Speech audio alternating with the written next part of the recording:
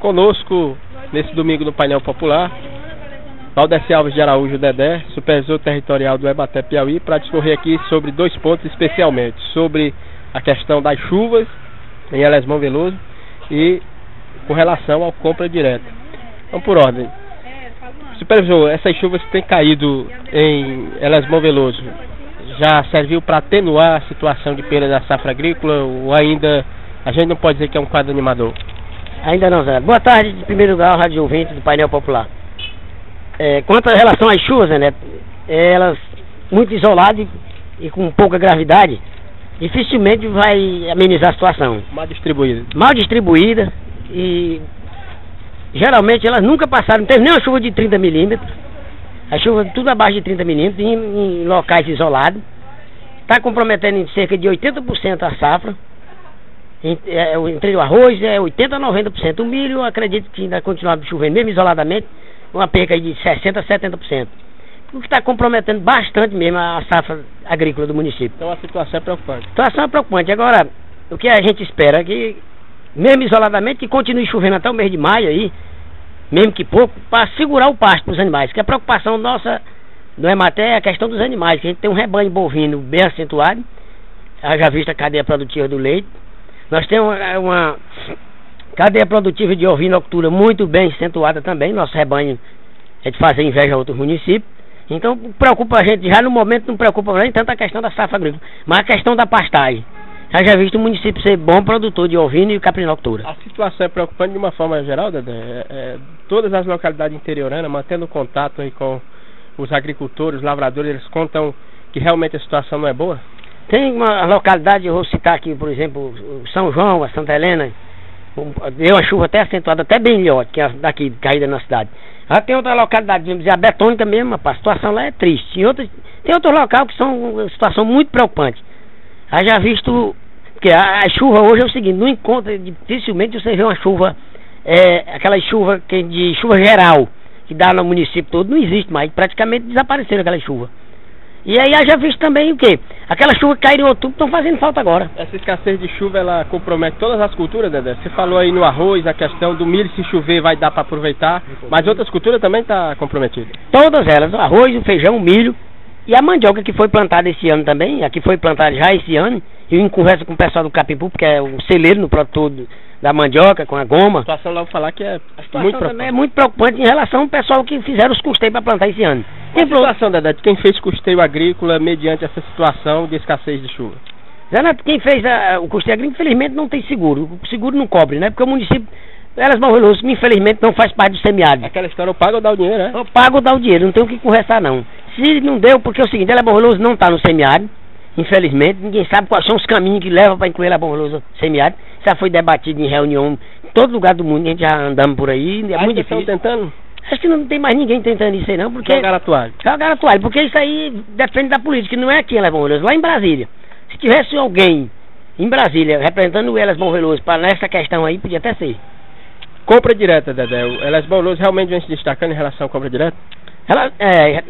Compra direta em relação a outros municípios, com certeza, já visto o nosso contato lá em Teresina, devido à organização nossa aqui do escritório, geralmente a gente atropela muitos escritórios do Piauí. Por quê?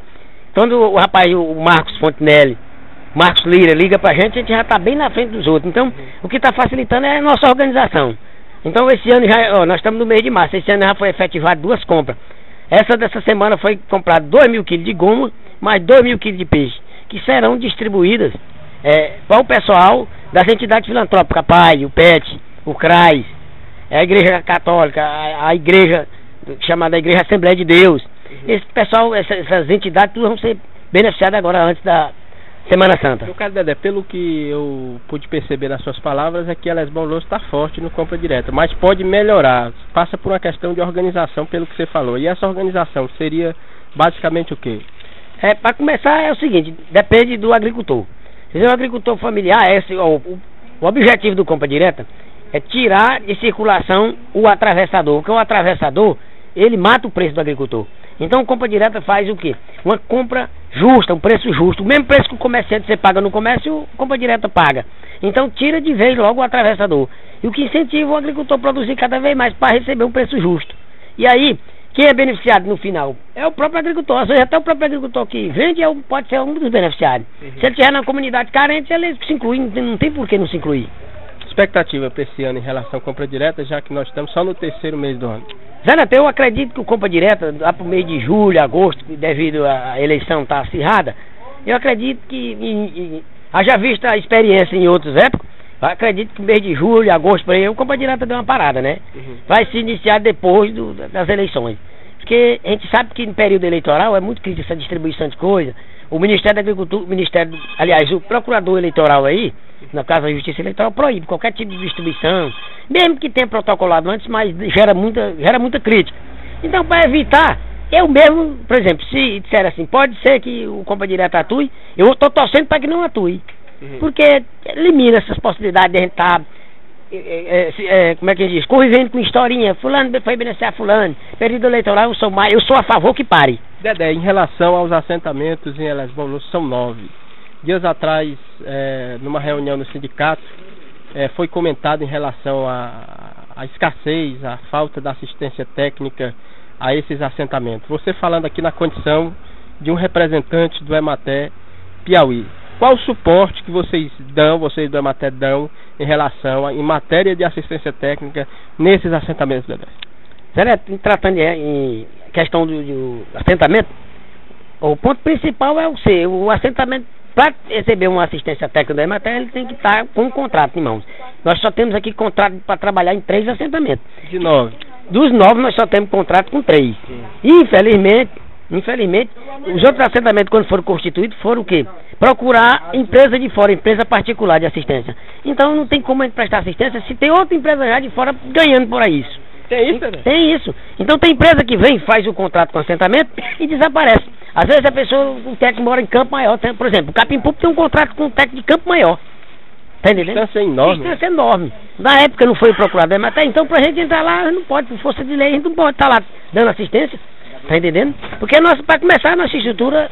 Você tentou descobrir o que é que levou esse pessoal do Capu procurar o pessoal de Campo Maior? Zé Neto, esse é o pessoal do crédito fundiário. Na época de constituir o crédito fundiário, com interesse por trás e tal, trazia uma empresa de fora.